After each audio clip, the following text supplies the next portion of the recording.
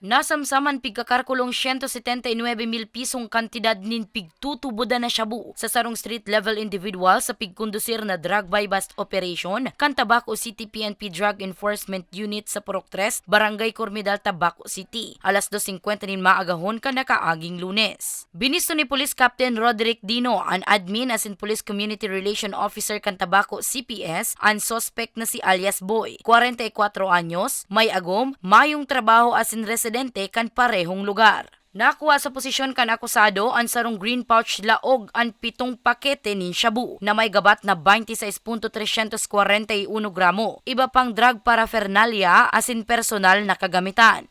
I-elevate na ko, tagarin po i-elevate na ko tayo na bimuho ng provincial watch list.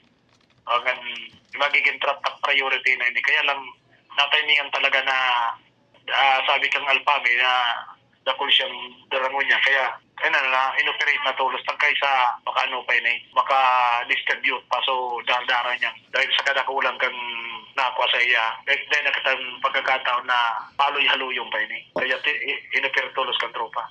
Haloy naman daang pigbabantayan kan otoridad ang hiro kan sospek huli sa padagos na pagpapalakop kan pinagbabawal na droga asin pigkukonsiderar bilang street level individual.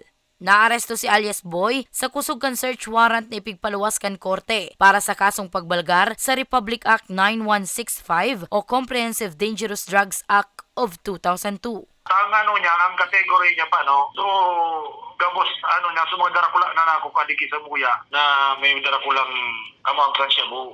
Iyon ang niya, katampad niya. Nasa kustodiya pa kan Tabaco CPS ang suspect para sa magkakanigong disposisyon asin dokumentasyon. Para sa mga baretang tatak Bicol, Danica Garcia.